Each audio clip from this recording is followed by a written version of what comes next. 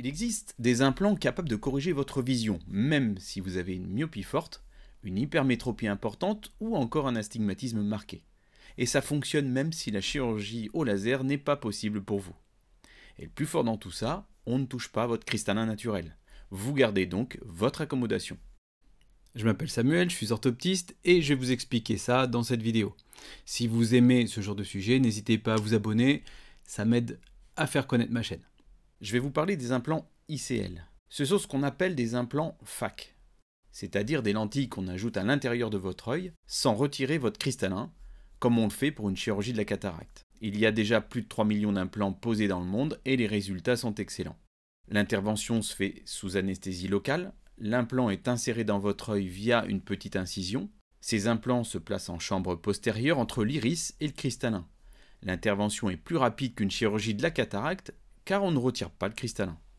Ces implants FAC, ICL, sont indiqués pour les patients non éligibles au laser excimer, en cas de correction trop forte, et si la cornée est trop fine ou pathologique pour être opérée au laser.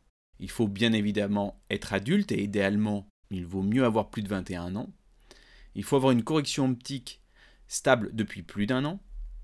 Et depuis 2020, il faut savoir qu'il existe des implants ICL aussi pour les presbytes. Et bien sûr, un bilan opératoire complet est indispensable pour vérifier que l'anatomie de l'œil est compatible avec la chirurgie.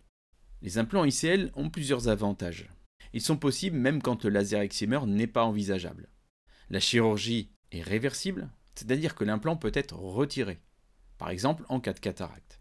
Plus de 3 millions d'implants ont été posés, je vous l'ai déjà dit, donc l'expérience est quand même plutôt solide. Et la gamme de correction est très large, tant en myopie qu'en hypermétropie et astigmatisme. Et les résultats visuels de la chirurgie sont excellents. Mais il faut parler aussi des inconvénients des implants ICL, car il y en a. La chirurgie est plus invasive que le laser, puisqu'il faut une petite incision dans l'œil. Il y a donc des risques très rares mais sérieux d'endophtalmie, c'est-à-dire d'infection. Il y a aussi des risques de hausse de tension oculaire. Quand l'implant est trop grand, quand le gel de chirurgie a mal été éliminé, et certains patients ont une mauvaise réaction aux corticoïdes qui ont tendance à augmenter la tension dans l'œil. Et bien entendu, pour être éligible à cette chirurgie, il ne faut pas de cataracte. La pose d'implant ICL peut aussi entraîner une cataracte si l'implant est posé trop proche du cristallin. Et dernier des avantages, c'est une chirurgie dont le coût est plus élevé qu'une chirurgie au laser excimer. Après la pose d'implant ICL, il y a nécessité d'un suivi important. Il faut faire le contrôle à un jour ou le lendemain de la chirurgie, contrôle une semaine après, un contrôle à 1 mois.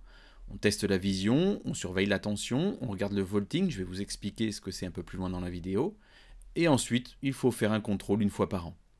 Il faut savoir qu'avec le temps, le cristallin augmente de volume et il peut se rapprocher de l'implant.